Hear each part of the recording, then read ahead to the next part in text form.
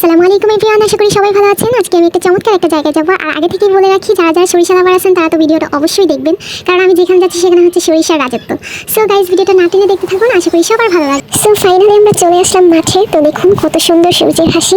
তো মাঠটাও কিন্তু খুব সুন্দর, আর এদিকে মানুষও বেশি ছিল না। তো সামনে যতই এগোচ্ছি ততই ভালো লাগছে, আর গ্রাম মানে একটা অন্যরকম ভালো লাগা কাজ করে। তো এই যে দেখুন সামনে আপনার কি সুন্দর সরিষা ক্ষেত, তো ওখানে আমরা যাচ্ছি। তো এই যে দেখুন মাঠে একটা ছাগলকে বেঁধে রাখছে এখানে ঘাস খাবার জন্য। তো গ্রামের কিন্তু মানুষের বেশিরভাগ মাঠের মধ্যে গরু ছাগল এগুলোকে ছাড়ে, যাতে গরুর ঘাস খেতে সুবিধা হয়। তো সব মিলিয়ে কিন্তু পরিবেশটা মাশাআল্লাহ অসাধারণ ছিল। সূর্যের আলোটাও মাশাআল্লাহ ফুটেছিল। আর এদিকেও আস্তে আস্তে আমরা প্রায় সরিষা ক্ষেতে কাছাকাছি চলে আসছি। এই যে দেখুন, এই সরিষা ক্ষেতটি ছিল আপনার একটু ছোট টাইপের, তো এটাতে এই মাত্র সবে ফুল আসতেছিল।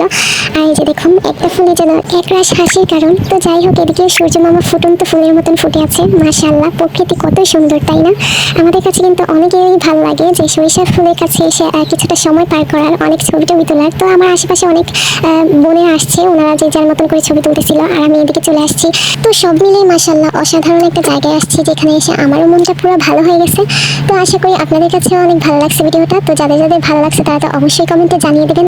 সো আজকের জন্য এই পর্যন্তই। সবাই ভালো থাকবেন, সুস্থ থাকবেন। আল্লাহ হাফেজ।